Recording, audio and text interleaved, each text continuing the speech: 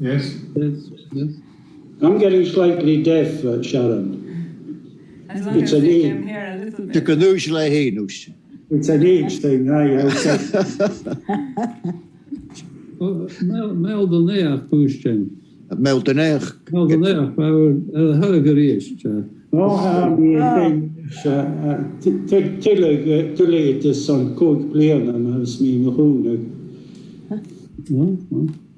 Vig med vän, jag fattar jul och rutsebi med smimationer. If I'm spared and well. Aha. Mas no björn och slan, kunde jag hade med bahas. Och vad shit är här till vad det jul. Smimationer. Ik me gaan voorstoffen som har hechting med smimationer. Aha. Oh, schön snog. No. Ja, dat zit ons wat te jul. Gina Hoshach, kunde jag kan inte inse. Okay, I think we can start because we have a lot to cover today. Welcome all. Hello. I'm Sharon, Hello. and I've recently joined the Northwest Historical Society as the project officer for this well-being project.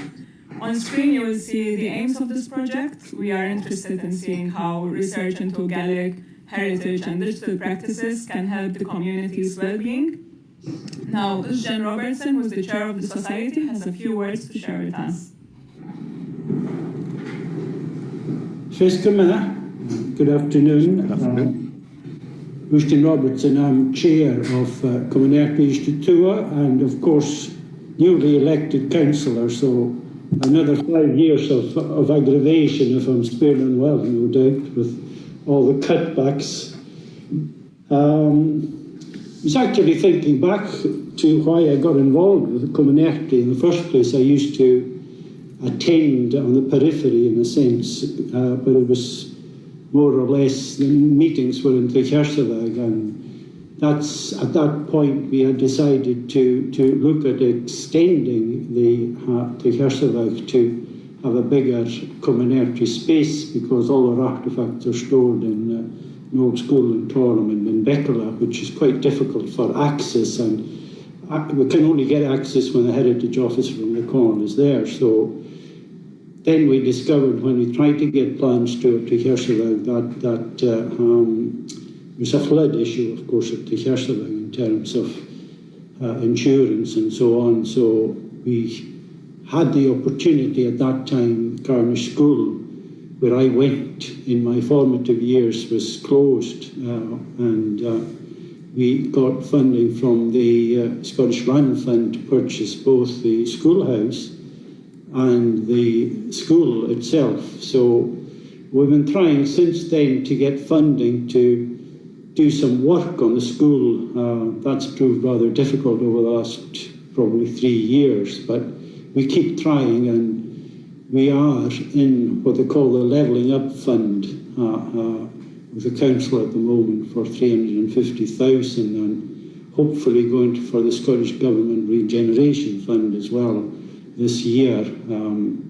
So hopefully we will get something done in the school. Alistair here was successful in getting funding from MGS, wasn't it, for the outdated heating we have in the school, which is probably one of our main priorities, to do something with the heating in the school. So we were successful in that funding, and we're hopefully, work has started in doing some work on the car parking at the side of the school as well. So, and I suppose over the last 2 years we've not met really as much as we would have liked because of COVID. It's only in the last couple of months that we've been meeting quite a bit. We've got quite a lot of volunteers actually.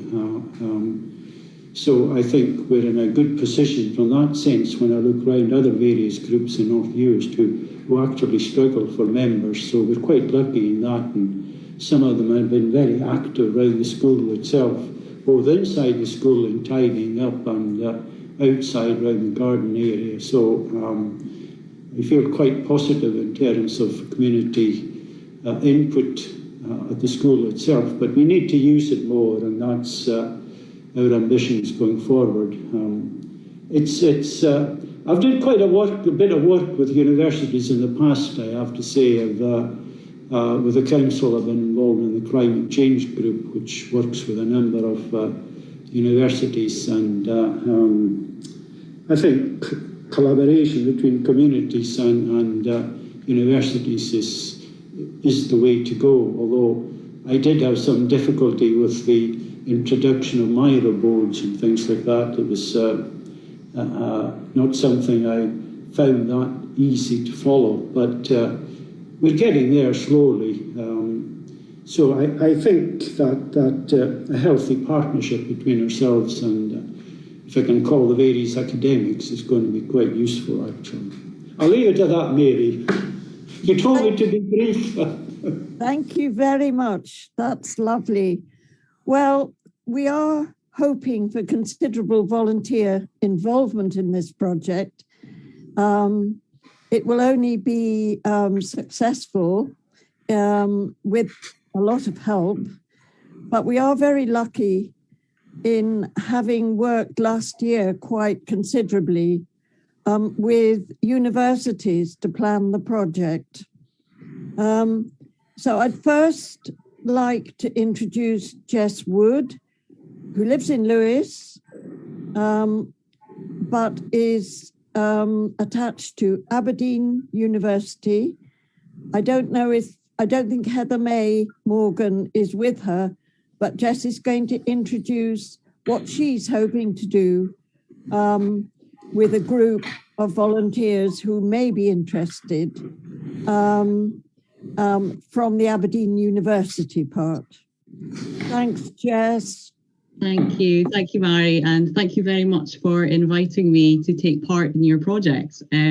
So I'm just going to share my slides. We practiced this yesterday, the other day with Sharon, so I'm hoping that I've managed to.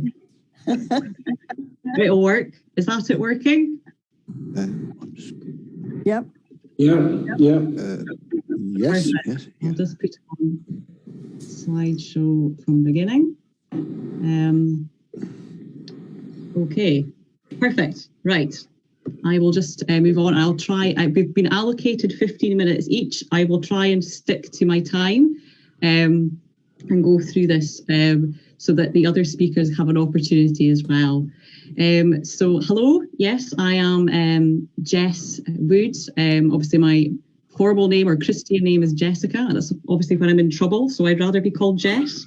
And I work for the University of Aberdeen, and our area for the project with North East Historical Society is essentially working with community members and obviously volunteers, as many volunteers we can get, to meaningfully evaluate the value of heritage, culture and language on well-being for the community.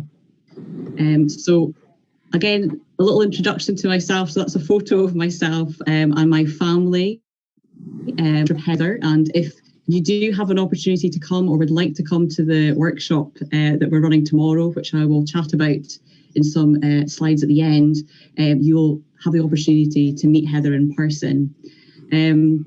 But just a little bit about myself, so you know a little bit about me. So I'm a junior researcher. I completed my master's back in November 2020, and I moved to Lewis. So this summer, that'll be 2 years with my two sons and my husband, who's completing his remote and rural GP training here in Lewis. Heather, I've worked with for a number of years, and she's a lecturer in health sciences at the university and has been working in community-based research for over 15 years, with 10 years specifically in healthcare research. And we're both interested in how community connections, culture and heritage can contribute to people's mental well-being, and how we can measure that in a meaningful way with community members as well. We'll also have some students working with us through the life cycle of the project, helping with activities. We've had one intercalating medical student actually has done some research for us, and she will be involved in some of our subsequent workshops. And as I said, we may have some other students helping us with some of the other workshops through the life cycle of the project, who will introduce you as we go through. So I think the first thing I really wanted to chat a bit about is what we mean by mental well-being.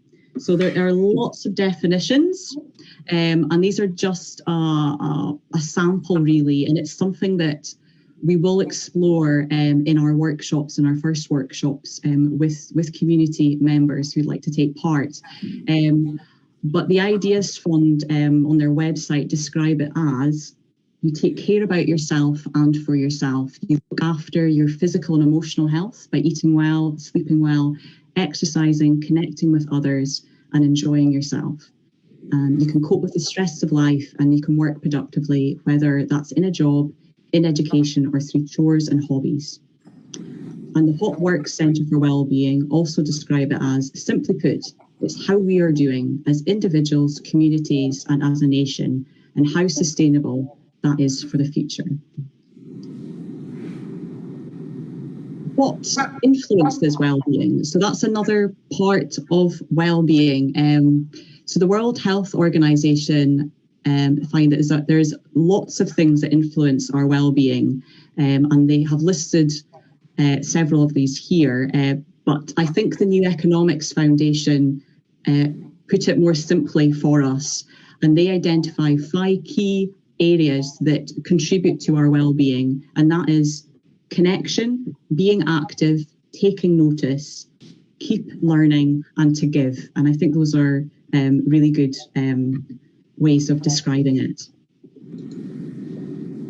So another area, I suppose, is just why do we think, why is well-being important, essentially? So there's a lot of research that has been done, and it's found to add years to your life, improve recovery from illness, reduce potential for developing illness. It's associated with some positive health behaviours in adults and children. So a lot of interventions and studies looking at smoking cessation have found that success for that is influenced by your mental well-being. It's associated with broader positive outcomes. So, for example, if you have a friend, neighbour, or someone close to you that has positive mental well-being, there's a 63% chance that you also have positive. Your mental well-being will improve as well by association. And it has implications for decisions for patient care and practices and services and treatment decisions. And it can also affect decisions made at a local level, and implications for and costs for treatments. And ultimately can reduce the healthcare burden at a national level if you're looking at it from that aspect. So what works to improve well-being?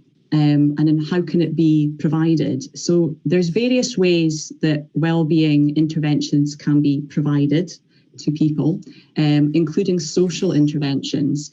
And this is done through what's described as social prescribing. And I'm sure many of you are probably already familiar with that term. And it's essentially helping patients improve their health by connecting them to community services available to provide that.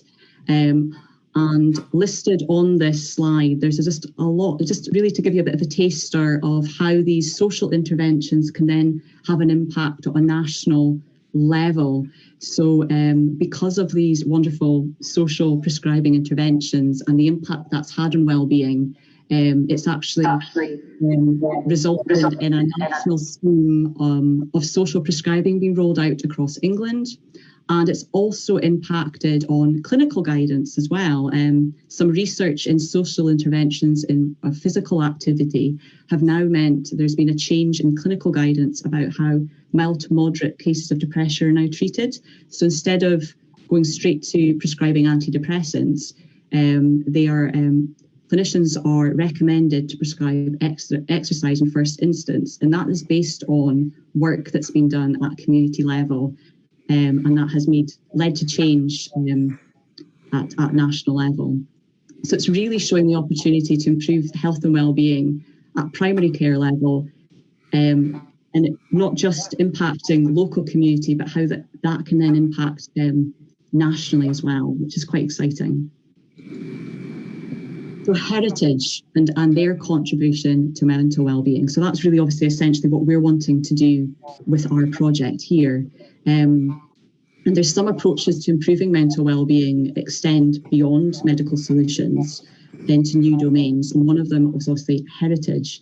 And the Heritage Alliance suggests that heritage offers an opportunity for connection, activity, mindfulness, learning and giving because of shared histories, identities, and its ability to connect people. And there's been a lot of research on how heritage can contribute to people's mental well-being in a positive way by reducing stress and anxiety, increasing our positive mood and self-esteem, increasing resilience, reducing loneliness by improving social functioning and feelings of social inclusion. And its positive impact on well-being can also be sustained up to a year after involvement in a well-being heritage activity in one study. And a key theme from that specific study also found that people in a focus group felt simply they enjoyed taking part in the projects. It made them feel human. The National Trust Places That Make Us findings also found that the amygdala, if I'm pronouncing it correctly, was activated in people by any place deemed special by an individual. And their subsequent report found a link between having a deep-rooted emotional connection to place and having a better sense of well-being. There's a growing evidence base that heritage can have a positive impact on mental health and well-being, and it's growing every day. So another area, obviously, that as part of the study that we'd like to help explore is how language contribute to mental well-being, and that of obviously the use of Gaelic. There isn't a lot of published research in this area and its impact on mental well-being, but there has been a lot of research in the actual language learning, and biolingualism specifically in general can improve cognitive health and have positive impacts on both children and adults, including obviously delayed onset of dementia and focused attention. And there has been some evidence that links biolingualism to wider well-being of children. However, the research is quite limited on what aspects of bilingualism contribute to well-being. Further studies conducted on the use of native language and bilingualism have shown its contribution to people's emotional well-being and how it can promote high self-esteem through a sense of belonging and being linked to cultural identity and one's self-worth. And a fluency in native language can obviously influence social interactions. Really being the lack of fluency in a native language can obviously create some social barriers with communication. So obviously having a confidence in native language will have social benefits and allow connections in one's culture. And it also is associated with improving wider health outcomes. And this was seen in a study looked in Australia on Aboriginal native language use. So this emphasis on the connection of language to culture and heritage, I believe is pretty well illustrated, I think, by this quote from the UNESCO on the right here. Language are the most powerful instruments for preserving and developing our tangible and intangible heritage, and all moves to promote the dissemination of mother tongues will serve not only to encourage linguistic diversity and multilingual education, but also to develop fuller awareness of linguistic and cultural traditions throughout the world and to inspire solidarity based on understanding, tolerance and dialogue. And so this is the last thread of the study is looking at how digital technologies can help facilitate mental well-being. And this again is an area where there's a lot of research emerging now in this field. There's a lot of positive results in previous research of the use of virtual reality for people that suffer from dementia and its ability to provide support for adults living in residential healthcare. And it's also seen to have a role in providing aid to support pain management with women with breast cancer and to help relieve anxiety as well. The literature is limited in its role in heritage wellbeing interventions. However, the Heritage Alliance recognise in their report they've they've noted that it could be used as a potential facilitator to reduce physical barriers of exclusion for obviously members of the community that are unable to access the physical sites in person, but still allow them to have an immersive experience.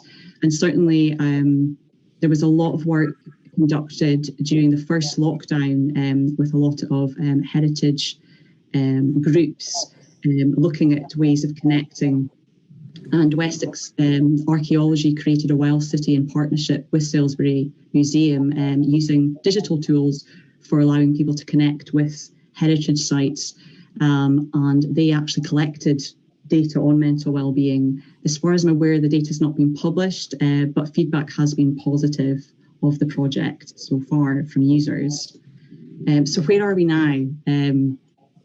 So there are concerns, unfortunately, that the COVID-19 pandemic has affected well-being nationally, and unfortunately this is true. The latest report from the Office for National Statistics has found that personal well-being, using the 4 key indicators they use, has deteriorated. So you can see here on the right, satisfaction with life, feeling worthwhile, and overall happiness have reduced, and this sense of anxiety has also increased.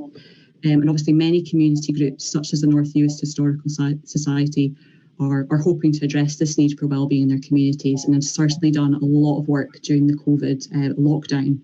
And what we're hoping that our work will do will build on this work and support the ultimate aims of the wider project through working with community members to pilot and use an agreed survey evaluation co-designed with members, and explore the impact of the heritage and language activities planned on members' sense of well-being, and to develop a simple and meaningful methodology which could be adapted and scaled up to use across the other projects and activities, with the idea being obviously having a sustainable resource for the North Uist Historical Society, a wellbeing and heritage hub for you in the community. And most importantly, obviously, it's putting community members at the centre of these activities. So how are we going to do it? And I'm just aware that I've just gone over the time slightly, so I won't be too long.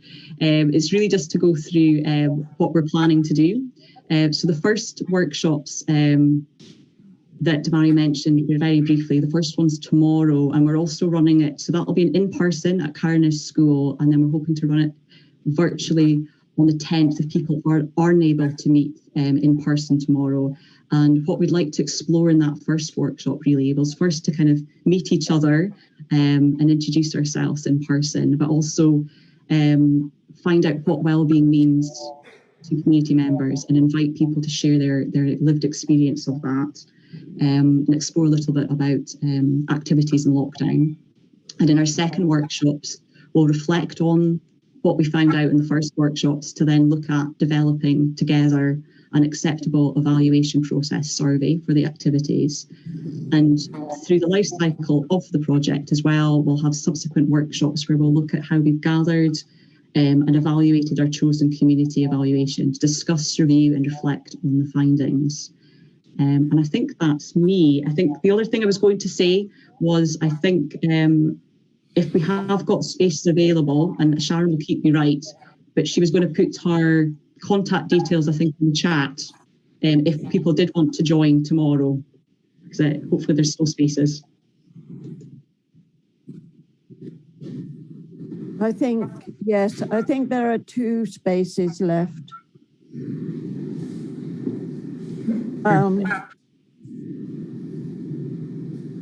And I suppose if you're not able to attend the person, there's the virtual one as well, yes, available on Tuesday evening. And various people have said they would like to attend that. They're either away or not happy to meet in a group, immunosuppressed. So thank you very much, Jess. There's a lot of information there. Yeah, I was going to say I can make the slides available after if people want to digest and go through that. But it was just to kind of give an overview that we know these activities work, yes, and we're just wanted to explore that with you. Well, I'm very excited by this. It's very close to my heart. And I'd like to say you've worked really hard with us on this, with the steering group of Amanda and John. It has been open to any trustee or volunteer, but as I say, we've been so grateful for the experience of John Gillis and Amanda Woods. I know I get those two muddled up sometimes. So thank you, Jess. And we'll move on now. I see the project as like a Celtic plait, really, 3 strands which weave themselves together. I'd like to come on to Gordon, who really doesn't need much introduction to those of us here. He has documented highlights of our work, of Communiachtarí's work, on Guan Nanyelan, his culture capture website, and he's certainly been a huge source of support to me. I haven't any museum experience really, or experience in this kind of way, and it was Gordon who really helped us in Communiachtarí in the early stages. Thank you, Gordon. Thank you. Really, taspalat gamor sanshan. I mean, Jesus told you I find the screen share no. Right, Kavashin.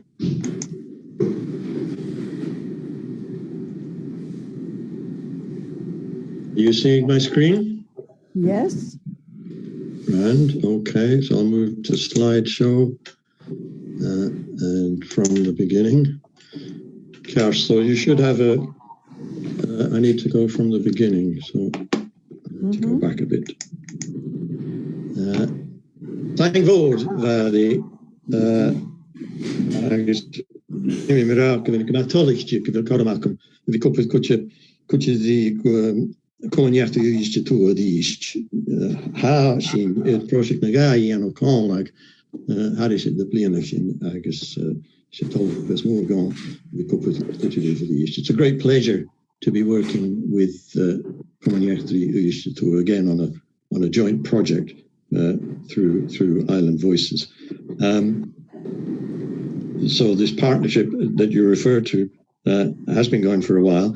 I've got a few slides, mostly pictures, which I'll talk about, and hopefully over the piece give an idea of the kind of rough plan we have for running workshops.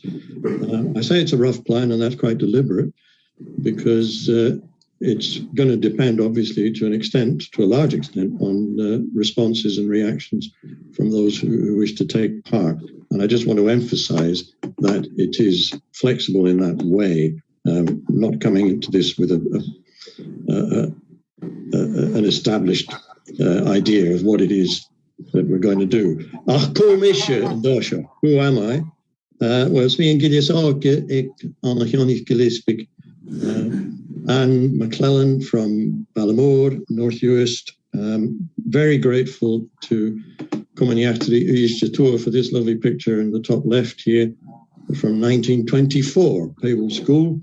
And you can see Anna Hiani there in the front row. And that's her blown up a bit obscure perhaps. So that's my background. There she is, graduating from Glasgow University shortly before the war. The first in her family so to do, whether male or female. And then in her professional life, she became a teacher trainer and spent time in India. And the shadowy figure you can see behind her is George Reginald Wells, the man she met and married while in India.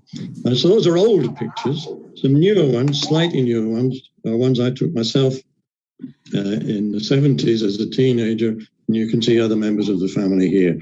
Morag Hiani, the eldest daughter in the family, my mother's oldest sister, married to Paul Ellen McIntosh, Don Donald McIntosh from Hesketh, and they lived in near Loch Soundery. They had a croft there, and we used to visit them in the summer.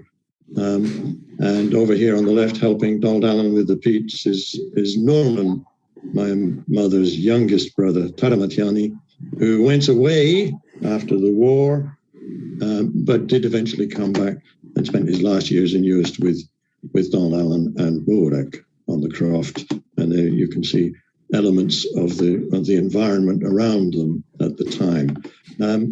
So those are the personal connections, if you like. Boostjan mentioned the importance of community and university cooperation and collaboration, and that's something which I very much endorse. So we've got the Island Voices Guhananyelan banner at the top there as a kind of umbrella, if you like, and a bridge, the way I see it, between community and college. And along the bottom, we've got Solmorostek, of course. It was out of a European project started in Solmorostek that the Guhananyelan project emerged. Also connecting, of course, with Sailshe, the Inter-University Gaelic Research Partnership, which has been in the news recently, and the new kid on the block, which is directed by the same director, Crawford O'Gilligan, in UHI itself, the Language Sciences Institute. So those are the institutional connections. And just to repeat the importance, in my mind, of ensuring good communication and collaboration between community and university as this project moves forward. The focus from our point of view is going to be on Gaelic, and Gaelic in the Hebrides in particular. And there are various ways of looking at that. One is from a numbers game point of view. The 2011 census reinforces probably a sense which most of us share of the importance of the Hebrides, North Uist amongst them, of course, in relation to Gaelic. If you look at figures for Scotland as a whole, or even for other parts of the Highlands and Islands, then the share of Gaelic speakers within the surrounding community is really rather small. It's only when you get to the Outer Hebrides that you see this pattern where there is still a really substantial number of proportion of Gaelic speakers within the local community. So that points to the strength of Gaelic in the Hebrides, which is fine, but we need to balance that with an approach to numbers which looks in really a lot more detail than you can get from a couple of questions on the census. And that's where this 2020 research report comes in on the Gaelic crisis in the vernacular community, which was conducted by colleagues in Sailshe. And the point, I suppose, I would want to make there is that we need to have this solid baseline of real knowledge in order to build something from it. And that's what the Gaelic Crisis Report offers in terms of giving us real figures, as it were. So in a program of workshops, we would want to start with that and have the opportunity to actually quiz that report quite closely. The numbers game is one way of looking at the language. It's not the only way, and it certainly shouldn't be the only way. And I suppose what I've tried to capture in this next slide is this notion of language capture and curation, slightly jargonistic term perhaps. What it really points to is the importance of recording and sharing of recordings, so that we get a picture of how the language works in today's world, looking at the way it's used, how it's used in the community, how it may or may not be changing, so on and so forth. And we've been doing that through Island Voices, I suppose, for the past 15 years or more. And this top left collection here of Island Voices recordings is how we started, with short documentaries and then on local events and local organizations, complemented with interviews with real people in the community who had something to do with those events or organizations. So that's how we started with interviews made by project staff, but moving on swiftly to more of an emphasis on community contribution of those kind of recordings, whether that's from community groups or individuals. Like in terms of groups, we've mentioned the Comunidade Isto Tua already. The Great War Project was one such of those, where people went out with iPads, Archie among them, I recall, and making recordings with local people. Bonnie Prince Charlie was one we did with Stordes East, similarly in similar style, but also significant contributions from particular individuals, notably among them, of course, Norman MacLean. We've got loads of recordings which Norman himself contributed after he came and settled back in Uist. And that's an approach which we've been following through Island Voices for some time, and it's one which has been taken up elsewhere as well. And this graphic on the right here is taken from, it's a screenshot from the Language Sciences Institute web pages, where you can see some of the collections which are being accumulated and shared through that site. So that's another way, and an equally important way of looking at languages and looking at Gaelic. Looking at Gaelic, I want to emphasize here that that's the focus, but it's not an exclusive focus in any way. And we want to make this as inclusive an exercise as possible through support for learners or for non-speakers at all. And we've done that in the past through the development of various technical supports. The one on the left here with the picture of Norman telling a story, you'll see that alongside the video, there is also a transcript. And it's got a clever trick, this transcript, because if you're a learner and you're reading and you're listening at the same time and you come across a word you don't know, you can just click on it, and then lo and behold, on the right-hand side, an instant translation cropped up for that particular word. So that's quite useful for learners. For non-speakers who don't have any Gaelic at all, we've recently taken to subtitling our videos as well as an option. They're not burnt in, but you can click on a button on YouTube to get the subtitles to come up, and they can come up in Gaelic. Here's Flora talking in Gaelic, and there's the Gaelic subtitle for that. But YouTube is such a clever tool these days that you can actually click another button, and then you can get that Gaelic subtitle translated immediately into another language, such as English or French or German or a host of others. So a focus on Gaelic, but not a monolingual focus on Gaelic. We're very much a multilingual project, and that's the way we need to continue. A few more examples of actual content here.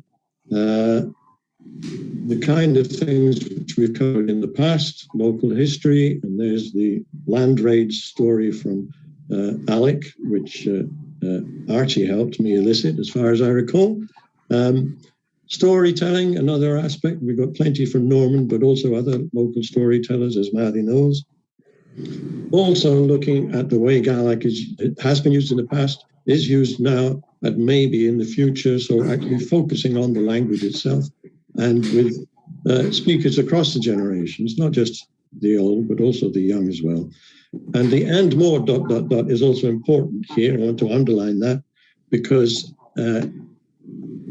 this is just a taste, if you like, and we're very open to exploring new topics and new genres as well, if that's the way the workshops develop, as it were. Okay, so what's the plan? Session one, as I said, we want to focus in on the Gaelic crisis in the vernacular community report, and actually get an update from the research team behind that report. And that gives us an opportunity as well from the community to put questions directly to those researchers in Gaelic or English. So that would be a kickoff, if you like, a starting point, so that we're all starting from the same page. In subsequent sessions, maybe another 2 or 3 sessions after that, I'd like to experiment with taking selected extracts from our collection, just as you would artifacts from a museum, to stimulate discussion in Gaelic or reminiscences or new ideas and the airing of more questions and concerns so that we can add to the contemporary record of Gaelic speech, Gaelic memories and Gaelic opinions, particularly as they relate to this overall topic of well-being, whether that's as an individual or a community level. So that's the participatory aspect to what we're planning or hoping to go through. Behind the scenes, there would be follow-up. I mentioned already the importance of inclusion, so we would want to transcribe and subtitle any recordings that we make so that any interested member of the community, no matter their skills in Gaelic, can gain an increased knowledge of customs and practices and issues in Gaelic amongst their friends and neighbours. And also, as Jess also mentioned, we're going to need to review the process and evaluate how it's worked to see if it's worth developing this kind of way of working further. Which brings me to my last slide. I hope I haven't gone too far over time. And that's the invitation to everyone here who's a Gaelic speaker to come along to these sessions. We haven't dated any of them yet. We're probably going to run the first one before the summer break and then come back to do the participatory sessions after the summer break. The idea is to, as I say, look at videos or recordings that have been made and see what kind of ideas and memories and thoughts they stimulate and share those memories and thoughts again in the community. It's a new approach, a new format, if you like, but it's not completely untested. We have tried it out already in English with some clips from Norman being discussed between university partners in English, between UHI ourselves and also partners in university partners in India and Jamaica, and with local community language speakers here in the UK. So very much adhering to this notion that there needs to be ongoing exchange and communication between academy and community if we're going to take things forward in the best possible way. Okay, I'll stop there. I hope it's been reasonably clear. If it hasn't, be happy to take questions, but I think we're saving questions until the end, Mary. Is that right? That's right. Thank you, Gordon, because it's very, very important that Gaelic lies at the heart of the project and that we build in over the summer with groups of volunteers some walks to local landmarks, archaeological landmarks. And there will also be a couple of Gaelic events which members of that group can help to plan so that we put Gaelic firmly on the map. I'll come on now to you, Alan, if you're still there, up in Tomintoul, travelling today. St Andrews have helped us over the years, as has Gordon, with all our digital installations dating back to 2013, when the local school children participated in a virtual St Kilda installation, which has continued to live and is very popular. Over to you, Alan.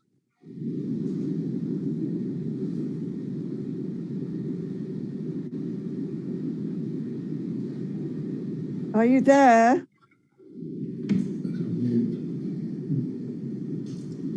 Yeah, I'm sorry about that. I am here. I was on. Can you hear me now? Yep. Yeah. Oh, that's great. Thank you. and hopefully you can see me as well. Yeah. Yep. Sort of. You're a disappearing man.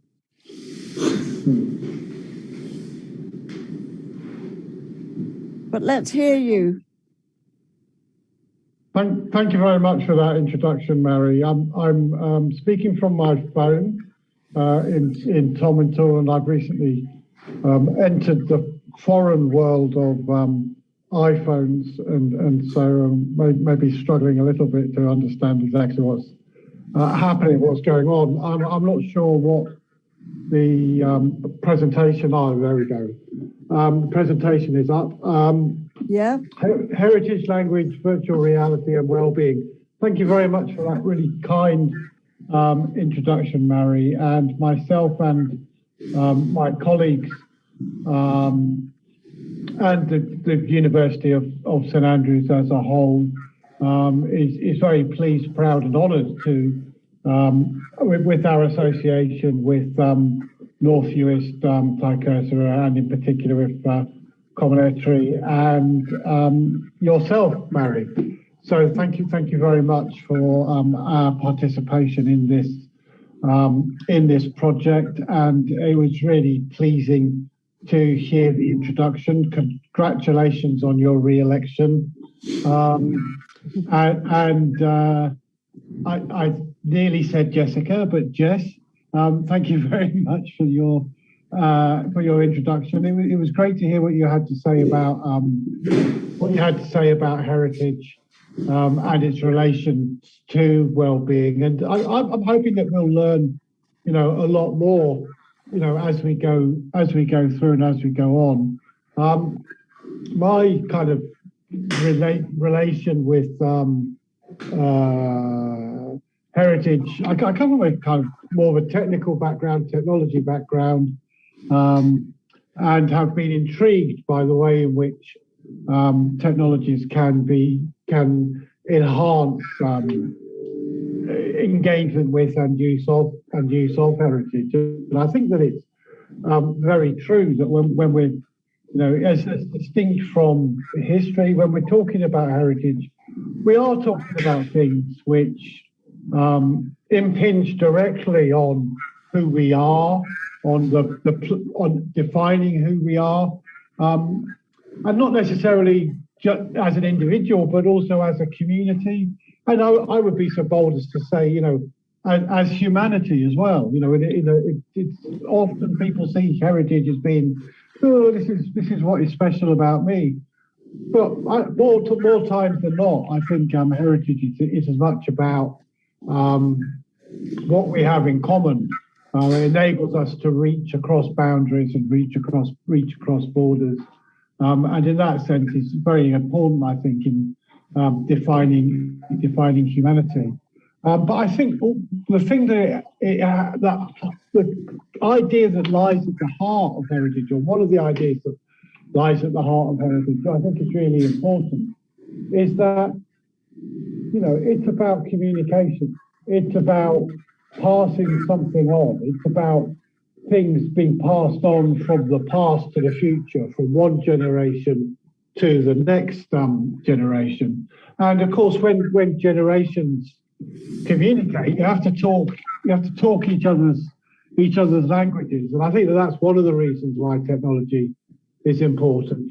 So some of the younger generations grow up swiping tablets, wearing headsets, playing games on their mobile phones, and all of that sort of stuff. And if we want to communicate heritage from generation to generation, then we have to be able to speak.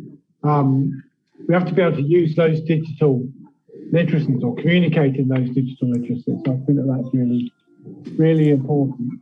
And that's one of the things that we're going to try to facilitate is through this project is kind of using digital technologies to maybe gather up or help define some of the heritage that is important to Uist, to North Uist in particular. I'm not going to define who that is, but we're going to kind of see what comes out. I think that's why mentioned before, it's so important this project is driven by and comes from the community.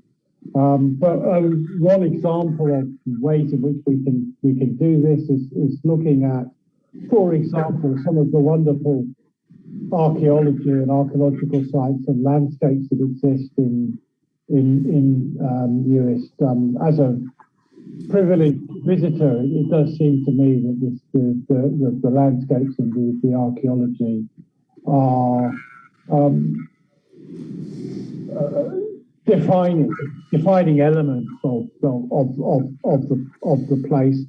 And this North US 360, go to the next project. It's just an example of some of the things that we've done with place and helping bind communities to place. And I think that's something that we can try to do more of, try to gather together the names and the songs and the stories that are associated with places and associate them with the with pictures. And this North US 360 project, there were some beautiful pieces of music that were composed and performed. So that's kind of looking back some of the things that have happened. And one of the things that we want to do in this project is gather together some of the things that have happened in the past in relation to heritage to create a platform. If we can move on to the next slide, that'd be great. But it's not just about place. Yeah, that's great. And then on to the next one. It's also about things, about objects. They're so often are used in everyday life, and they can become the centre for or the gateway into developing our understanding and developing our stories and conversations about it. And so one of the things that we have done in some of our projects is do some digitization of the impressive collection that Commonetry has, and here doing some 3D digitization, and we hope to do more of that. We hope to digitize more of that collection, but also to reach out and kind of do a sort of antiques roadshow where people can bring their objects along, and we will digitize them and make 3D models of them, and collect whatever relevant stories there are that are associated with them. Because I think when we look at an artifact, it's really a gateway into life. So if we could then move on to the next slide, which is so this is Marion was talking about the stories associated with St Kilda and some of the other projects that we've been involved in. But the idea that heritage, it's not just places and objects, it's also stories, it's also songs, it's the intangible heritage. And one of the great things about this project, if we just move on, was to go to the next slide, that would be great. This is the Voices of St Kilda slide. So this is some of the stories from St Kilda. Much of it from a North US perspective. If we can go on further. So that's the digital platform that we want to create a digital platform which brings together this heritage that has been created in the past, but also going forward to create game environments, interactive maps, galleries, audio archives, timeline, these sorts of things that help to capture and define what a heritage is, and therefore in doing so addresses connection with place, addresses being part of community, helps overcome social exclusion, promote social inclusion and the like. So if we move on to the next. And so one of the things we'll be doing is using scanners and others to do this digitization process, also of recording stories songs and poems, and the next slide. And locating those stories in place. There's been an example. There's been an example of that, and I think that just to kind of draw things towards an end. The technology has changed and is changing. And what we're going to do is on September the 2nd and September the 3rd, we're going to have a feast or a festival that is about heritage, but it will be about digitizing. It will be about digitizing places, digitizing objects, recording stories, and recording songs.